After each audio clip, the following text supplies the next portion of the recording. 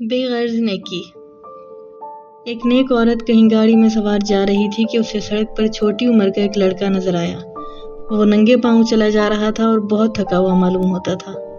یہ دیکھ کر نیک عورت نے کوچوان سے کہا، غریب لڑکے کو گاڑی میں بٹھا لو، اس کا کرایہ میں ادا کر دوں گی۔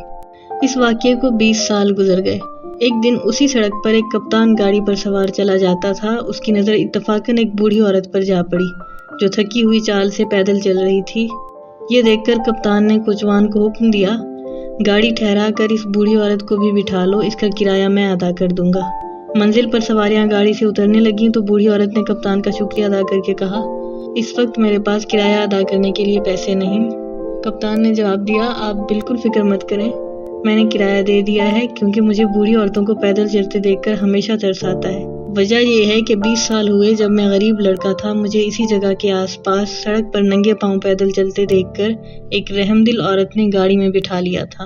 بوڑھی عورت نے ٹھنڈی سانس بھر کر کہا، کپتان صاحب، وہ عورت یہی کم بخت بڑھیا ہے جو تمہارے سامنے کھڑی ہے اور جس کی حالت اب اتنی بگڑ گئی ہے کہ وہ اپنا کرایہ بھی نہیں دے سکتی۔ کپتان نے کہا، نیک بخت اماں، اب آپ اس کا کوئی غم نہ کریں۔